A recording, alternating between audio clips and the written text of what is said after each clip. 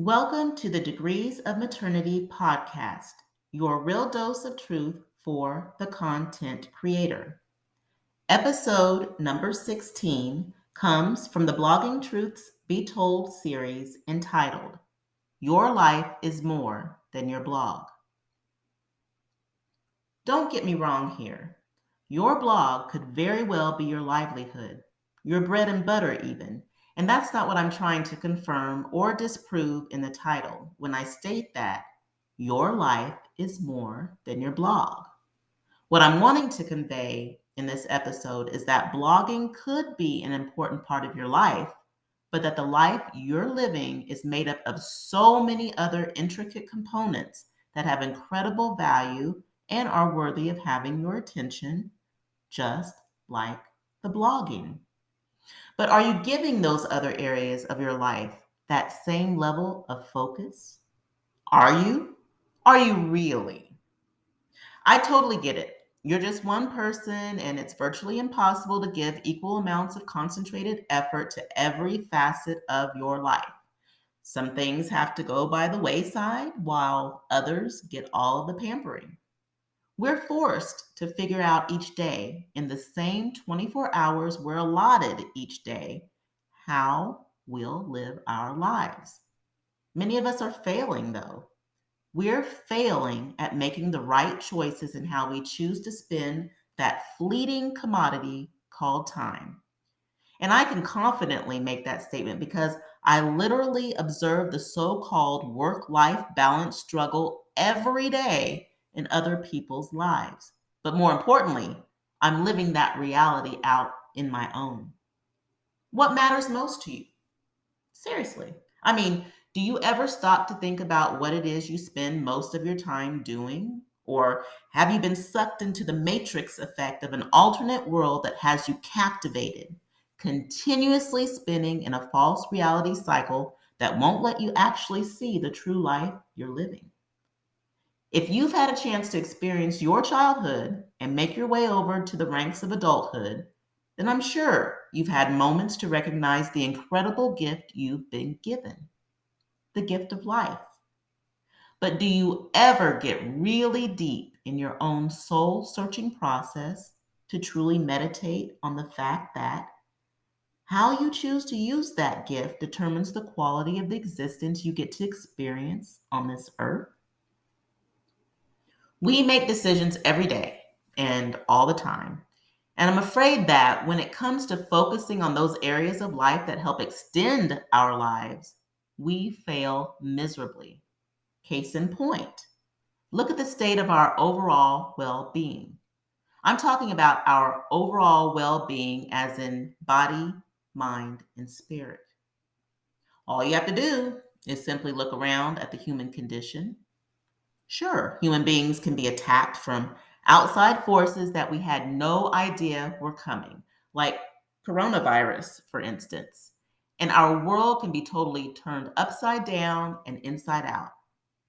Many people today are suffering in so many ways from outside attacks that they have absolutely no control over. And I could do a whole series of episodes about how you can only control what you can control and try to do the best you can with the external hand of circumstances you've been dealt. Well, actually, I have written such a series of blog posts at my Degrees of Maternity site, and I could probably talk about that topic here, but I'm not. And why not? Well, my focus in this episode is not about the external hand of circumstances you've been dealt in life. It's about those internal areas of focus that you can control, but you choose to put off for another day, devalue the importance of, or ignore altogether. Let me give you a real life example so you'll have some context to what I'm talking about. Okay, now, you might know if you follow me on my blog at Degrees of Maternity that I battle with getting adequate amounts of sleep each day. And if I'm truly honest with you, though, it's pretty much self inflicted. I'm not going to blame game anyone but myself in this matter because I'm the only one who can fix the problem. It's all about time management or mind management, as I heard one author say. I haven't quite mastered the whole time management thing. I'm working on it though, because I totally promote productivity in blog post after blog post at Degrees of Maternity. I discuss how procrastination and inactivity can halt one's progress in life, about how work life balance is a must have in your overall well being, how organizing your day or week is a sure way to get things done, how health factors into your mindset and productivity, how spending time on the things that will get you closer to your end goals is key, and dropping the wasteful excess is needful, and yada, yada, yada. Yes, I know the stuff that matters, but knowing is only half the battle.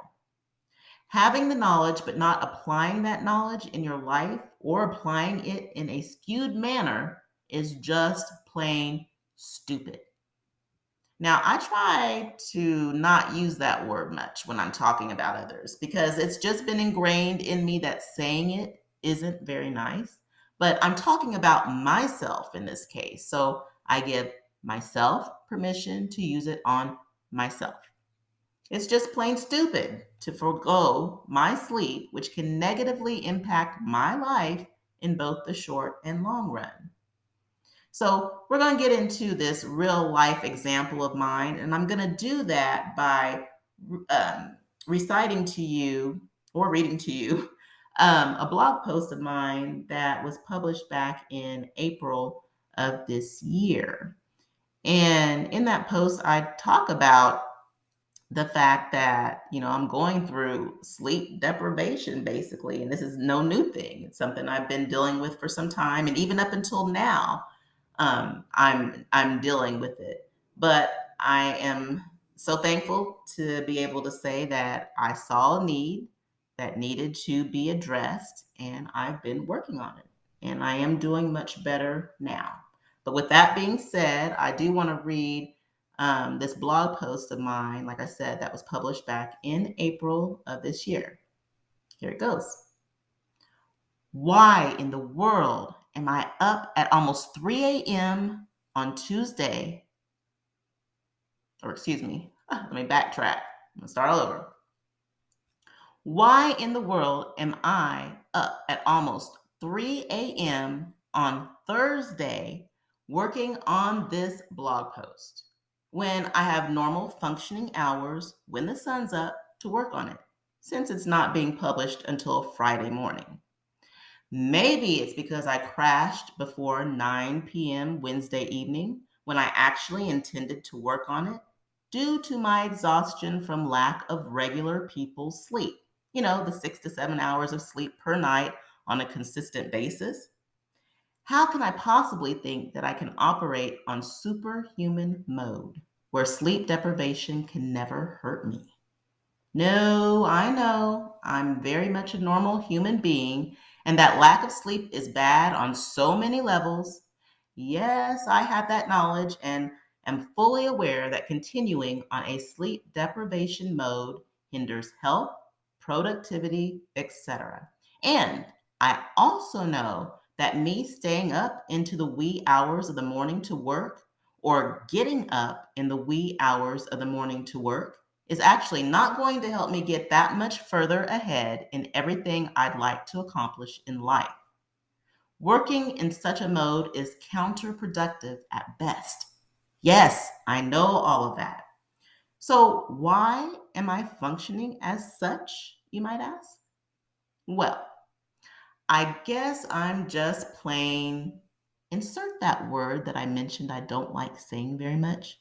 No, seriously, I don't think I'm that at all. I just need a little mindset adjustment that will play out in consistent real life application of the knowledge that I already have.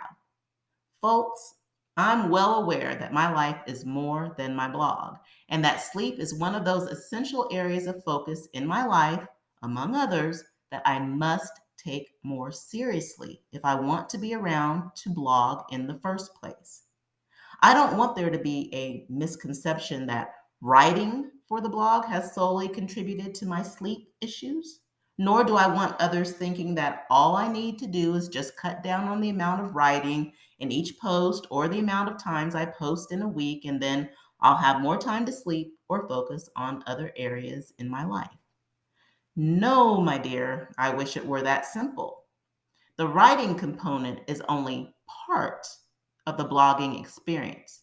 There are so many other content creation and business activities that make up a blog, and all of them have contributed to my consistent lack of sleep. No doubt about it. But enough about me.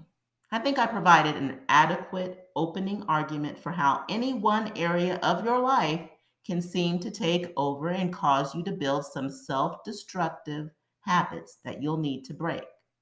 And these damaging habits must be broken so you can have a quality of life that allows you to enjoy and function successfully in all aspects of your life.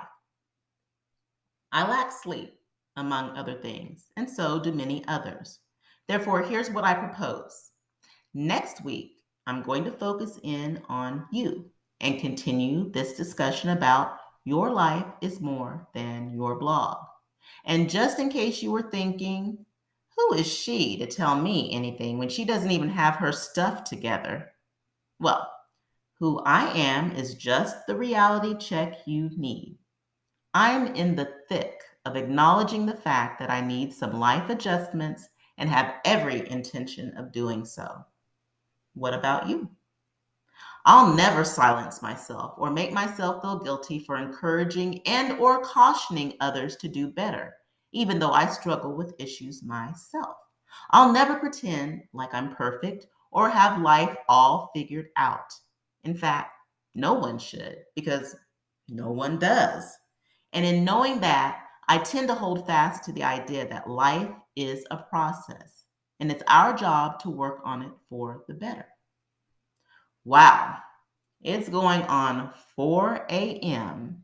as I type this, and I actually feel a little better in getting all of these words out in this post. Yes, I'm tired, and I'll go lay down for a few minutes until I have to get back up to do the early morning routine. But one thing I can truly say about writing is that it's therapeutic for me. Now, if I can just get my mind management, and schedule working better so I can do my therapy at more opportune moments in the day, that would be great. All right, so I just shared with you the blog post that I created back in April of this year to give you some context to what today's topic is all about. And I know I did a lot of talking about me. Um, and again, it was just to bring home the idea of what I mean when I say that your life is not your blog. But I want you to come back next time because I'm planning on focusing in on you. So, with that, I'll go ahead and sign off and look forward to you coming back and visiting me next episode. Until then.